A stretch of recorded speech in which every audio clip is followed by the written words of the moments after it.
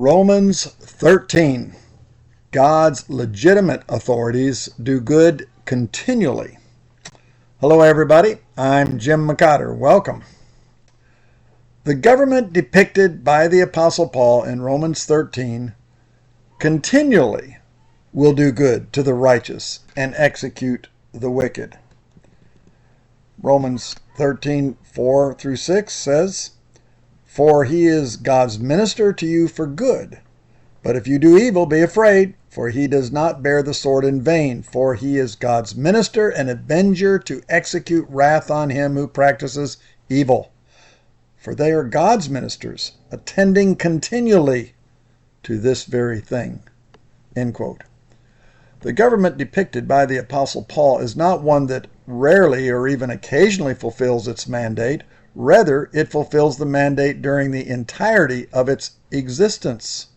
The words, quote, "attending continually," in Greek is just one word, proskatero, which means to be earnest towards, to persevere, to be devoted, to be constantly diligent, end quote.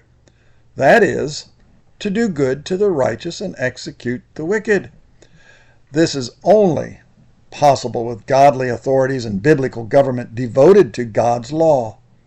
This eliminates any possibility that Paul is referring to secular government, much less godless Nero or any other godless powers not following God's law. Isaiah 10, 1 and 2 says, "Woe to those who make unjust laws, to those who issue oppressive decrees, and withhold justice from the oppressed of my people." End quote. The best one could hope for from a secular government based upon finite man's fickle edicts is that it may occasionally do good to the righteous and execute some wicked.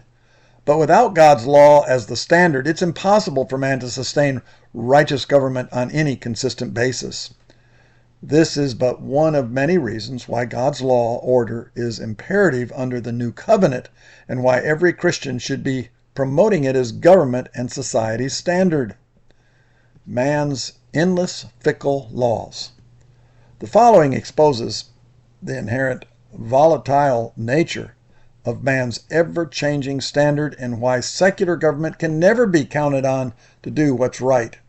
W. W. Turner wrote, and I quote, "Two people could have walked down any U.S. street in 1930, one with a bottle of whiskey under his arm and one with a bar of gold in his pocket.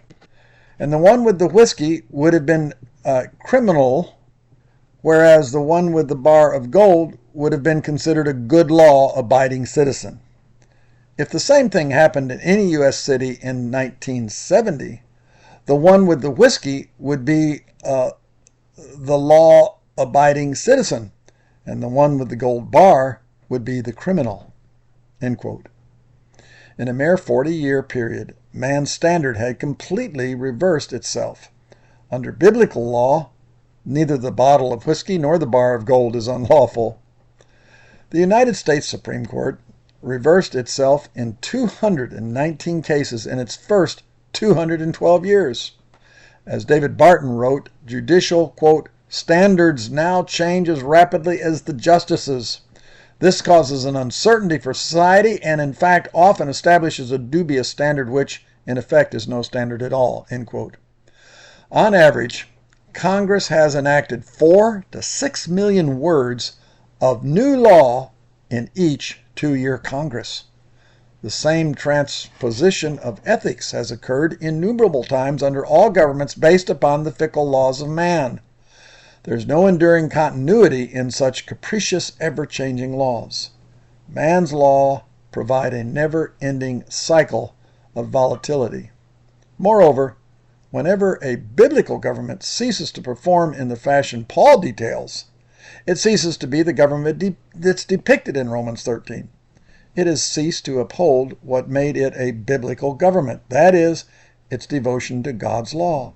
It then becomes a secular government based upon man's capricious edicts, the polar opposite of the government described in Romans 13. Jesus said in Matthew 15, 6 through 9, quote, "And so, by your man-made rules, you nullify the direct commands of God. You hypocrites, Well did Isaiah prophesy of you. These people say they honor me, but their hearts are far away. Their worship is worthless, for they teach their man-made laws instead of those from God." End quote. To claim Paul was promoting secular government in Romans 13 is to make him complicit in the type of government condemned by Christ. It would, in effect, make Paul a Pharisee all over again. No moral vacuums. There are no moral vacuums. Thus, there are no constitutions or procedural manuals void of their own inherent ethics. These procedural ethics are either moral or immoral, depending upon whether or not they are established upon God's moral law. Government either promotes God's morality as reflected in his moral law, or it promotes finite man's immorality as reflected in man's surrogate laws. Unless government is performing God's will and law, as clearly reflected in Romans 13, and it's doing it continually, quote unquote, it is not the government of Romans 13 to which Paul declares we're obligated to submit ourselves.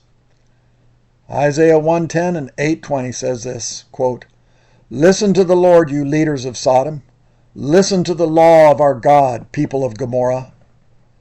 To the law and to the testimony. If they do not speak according to this word, it is because they have no light of dawn."